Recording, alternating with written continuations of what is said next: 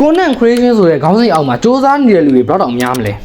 Content creator လို့ပြောလိုက်လို့ရှိရင်ဒီလိုမျိုးက keyword တွေကိုပြင်ကြတယ်ဒီ MMB community မှာပြောတာပေါ့ခုလက်ရှိမြန်မာနိုင်ငံမှာ official keyword ပေါင်း350ကျော်ရှိတယ်ဒါပေမဲ့စ조사နေတဲ့လူတွေပေါင်းအယောက်ပေါင်းတောင်းချီမကဘူးကျွန်တော်နာမည်ချတိတ်ပါအခုလက်ရှိမြန်မာနိုင်ငံ official keyword တယောက်ဖြစ်ပါတယ်အဲ့ဒီအယောက်350ထဲမှာအယောက်100လောက်ကပဲလူသိကြတာအယောက်250လောက်ကလူတိတ်မသိကြပါဘူးကျွန်တော်အပါဝင်ပါပဲ content creation အကြောင်းပြောရမယ်ဆိုရင်ဖြစ် idea လိုပါတယ် idea ဆိုတာက content creator တယောက်အတွက်ရှေ့ထက်အရေးကြီးတဲ့အရာပါတင်တိပါစားဆိုတဲ့ content တစ်ခုဖြစ်စေဟိုရှာတရား content ပဲဖြစ်စေ content တစ်ခုကကိုယ့်ရဲ့ idea ကိုကောင်းတဲ့လာတာဖြစ်ရင်ပို့ပြီးတော့ရှေ့ထက်အောင်တန်ဖိုးကြီးပါသေးတယ် content တစ်ခုတည်း idea တစ်ခုတည်းကိုပဲခဏတစ်ခု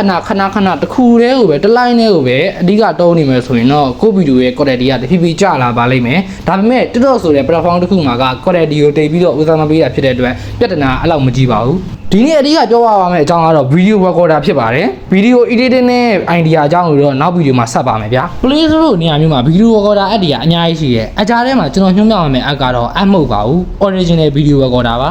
ဗီဒီယိုrecorder ကိုအဲ့နဲ့တုံးရတဲ့အဓိကအကြောင်းရင်းကကျွန်တော်တို့ app ရဲ့အကြောင်းပါဒါပေမဲ့ Mobile Legends ဆိုတဲ့ game မှာ app ရဲ့ကအဲ့လောက်အေးမှာပဲ video quality ရတာ high quality ကအဓိကဖြစ်ပါတယ်ဗီဒီယို recorder app တွေမှာအားနည်းချက်တွေတအားများတယ်ကျွန်တော် premium တွေဝယ်တုံးရတယ်ပြီးလို့ရှိရင် recorder ဖမ်းမိတာဗီဒီယိုတစ်ပုဒ်ကိုပြန်စိတ်ဖို့အတွက်နိုင်ခွဲလောက်အချိန်ပေးရတယ်original recorder ဖမ်းနေရတော့လူတိုင်းသိမှာပါ original recorder စတင်ကျွန်တော်တစ်ချက်ပြပါမယ် app ရဲ့ကို30စာပါပြီးလို့ရှိရင်အဲ့ဒီဟိုကမှာ auto မထားနဲ့ပြီးလို့ရှိရင် portrait မထားပါနဲ့အောက်ကဟာကိုပဲထားပါအရေးကြီးဆုံးကဒီနေရာပါဒီနေရာမှာ auto မထားပါနဲ့ auto ထားလို့ရှိရင်တခါကြရင် portrait မှုကိုပြောင်းရတယ်ပြောင်းသွားရင် video ရဲ့ background ကဝါပါမယ် portrait ကတော့ဘယ်လို့မှမထားတင်ပါဘူးဘာလို့လဲဆိုတော့ portrait ထားလိုက်ပြီဆို background ကြီးကဝါနေမှာပါ auto ရော portrait တို့ကိုရှောင်ပြီးတော့အောက်ဆုံးဟာကိုရွေးပြပါဘယ်ဒီမှာတော့ကျွန်တော်ရဲ့ original recorder စတင်မှာအဲ့တန်းလေးထားပါပြီးရင်တခုမမေ့တာအောက်ဆုံးကတုံးကိုပိတ်ထားပေးဖို့ပါတယောက်နဲ့တယောက်မတူနေတာဖြစ်တဲ့အတွက်မတူလို့ရှိရင်ကျွန်တော်ရဲ့ Telegram ကောက်မှာလာမေးလို့ရပါတယ်ကျွန်တော် decoration မှာလေးရေးပေးမှာဖြစ်လို့ comment မှာလည်းပင်ထားပေးထားပါမယ် TikTok ကညီကိုတွေအတွက်ကတော့ကျွန်တော် TikTok ရဲ့ bio မှာကျွန်တော်ရဲ့ Telegram user name ကိုရေးပေးထားပါတယ်လာပြီးတော့ highlight ပါ